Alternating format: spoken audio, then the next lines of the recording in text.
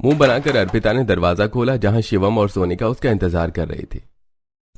क्या चाहिए तुम दोनों को? मैं इतनी गहरी नींद में सो रही थी और तुमने मेरी सारी नींद खराब कर दी। माफ करना भाभी, आप जवाब नहीं दे रही थी तो हमें लगा कि शायद आप बाहर गई हुई हैं। भाभी, वो हमें भूख लगी थी और हमारा कुछ बाहर का खाने का मन कर रहा था, तो हमने सोचा कि क्यों ना कुछ बाहर की स्टाइल का खाना हम आपसे घर में ही बनवा लें। लेकिन तुमने अभी ही तो खाना खाया था। नहीं भाभी, हमें खाना खाए हुए पूरा 1 घंटा हो चुका है। हे भगवान, इनका कुआं सिर्फ 1 घंटे में ही खाली हो गया और अब ये उसे दोबारा भरना चाहते हैं। देखो, मैं अभी बहुत थक गई हूँ, इसलिए अभी मैं कुछ नहीं बना सकती, तुम बाहर से ही मंगा कर खा लो।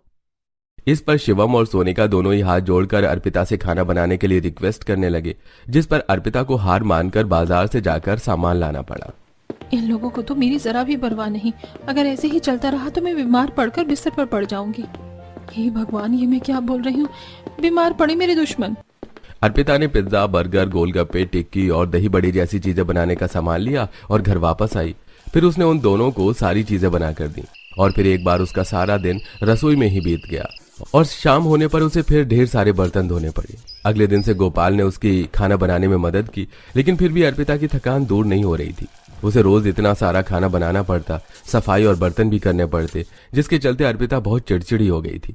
सुनो अर्पिता, प्रीति और आरोश का फिर पिज्जा बर्गर खाने का मन है तो तुम उनके लिए पिज्जा बर्गर बना दो।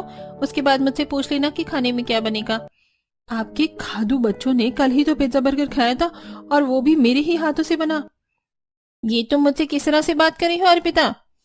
जिस तरह मुझे करनी चाहिए। आपने मुझे कोई मशीन समझ रखा है क्या? रात दिन मुझसे खाने की चीजें बनवाते रहते हैं, लेकिन फिर भी आपके कुएं नहीं भरते। बाहर सैकड़ों दुकानें हैं पिज्जा बर्गर की। अगर अपने बच्चों को वही खिलाना है तो बाहर से मंगा कर खिला दीजिए, मेरा दिमाग मत खाइए। अर्पिता रश्मिका पर बम की तरह फटकर चली गई। वहीं रश्मिका सिर्फ उसे जाते हुए देखती रही और कुछ भी नहीं कह पाई। गुस्से में आकर रश्मिका ने बच्चों के लिए बाहर से ही खाना मंगवा लिया और फिर उसने ये बात विमला को भी बताई। उसकी ये मजाल कि उसने तुमसे इस तरह बात की। ठीक है, तो अब फिर हम उससे और भी ज्यादा खाना बनवाएंगे, वो भी बाहर के जैसा। ये कहकर विमला ने अर्पिता को अपने कमरे में बुलाया, उसे डांटा और कहा कि अब उसे सिर्फ बाहर के जैसा ही खाना बनाना पड़ेगा, जिसमें टिक्की, पापड़ी, दही बड़े, गोलगप्पे, पिज्जा, बर्गर, चाउमीन और मोमोज जैसी अनहेल्दी चीजें शामिल थी। अर्पिता के पास अपनी सास की बात मानने के अलावा और कोई चारा नहीं था।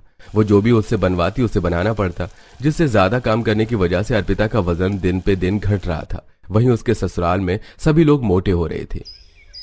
जेठानी जी, बस कीजिए, इतने समोसे खाने सही नहीं है। वैसे भी आपका बहुत वजन बढ़ गया है।